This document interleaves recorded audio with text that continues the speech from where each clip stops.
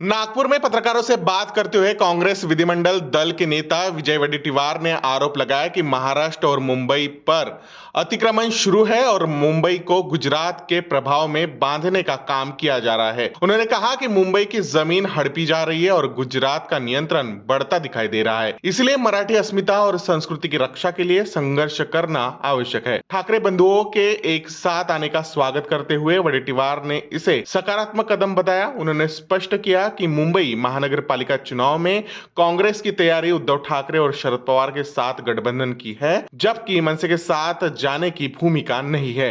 उन्होंने कहा कि कांग्रेस संविधान और न्याय के मूल्यों पर चलने वाला दल है और विकास के लिए जनता ने साथ देना चाहिए। नाही असं आहे, आता नगर परिषदेच्या निवडणुका झाल्या, त्यामध्ये महाविकास आघाडी म्हणून सर्वात मोठा भाऊ काँग्रेस ठरलेला आहे। हे आता सगळ्यांच्या पुढे आलेलं आहे आणि त्यामध्ये सुद्धा आम्ही काँग्रेस आघाडी न करता लढली होती आणि त्यामध्ये आम्हाला मिळालेली एकूण मतं आणि नगराध्यक्ष पदाचे उमेदवार असतील किंवा नगरसेवक म्हणून या दोनही पक्षापेक्षा अधिकचं यश आम्हाला मिळालं। हे यावरूनच आता स्पष्ट होते की काँग्रेस कार्यकर्त्यांची भावना आणि भूमिका या स्थानिक स्वराज्य संस्थांच्या मध्ये आघाडी न करता लढण्याची आहे। राहिला मुंबईमध्ये उद्धवजी आणि राजजी जर एकत्र येत असतील, दोन भाऊ, तर नक्की आम्हाला आनंद आहे। एक कुटुंब एकत्र येऊन जर निवडणुकीच्या माध्यमातून एकत्र येत असतील आणि एकत्र लढत असतील, त्यामध्ये आम्हाला दुःख होण्याचं काही कारण नाही आणि आम्ही त्यांना शुभेच्छाही देतो आणि त्यांना या निवडणुकीमध्ये यश मिळो अशी भावना सुद्धा आम्ही व्यक्त करतो। पण एक लक्षात घ्या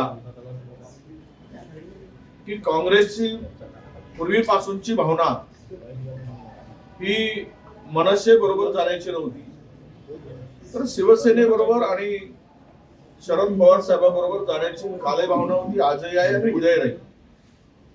त्यामुळे आम्ही दोन भाऊ एकत्र लढतायत म्हणून आमचं काय होईल ते आम्ही बघून घेऊ।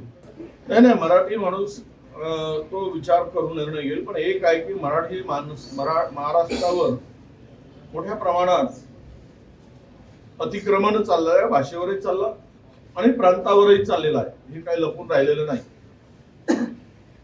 मी जरी काँग्रेसचा जरी असलो तरी ती वस्तुस्थिती आहे।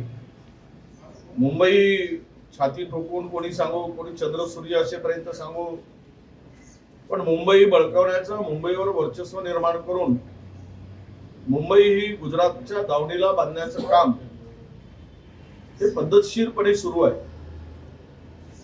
आणि यामध्ये मुंबईची वाट लावण्याचं काम, मुंबईच्या जमिनी गिळंकृत करण्याचं काम आणि मुंबईवर पूर्णतः कंट्रोल आज जे दिसतंय ते गुजरातचं दिसतोय आणि त्यामुळे मराठी अस्मिता, मराठी संस्कृती, मराठी माणसाच्या हक्काचं संरक्षण करायचं असेल तर मराठी माणसाच्या पाठीमागे उभं राहिलं पाहिजे। ही त्यांची भावना आहे, आमची भावना आहे।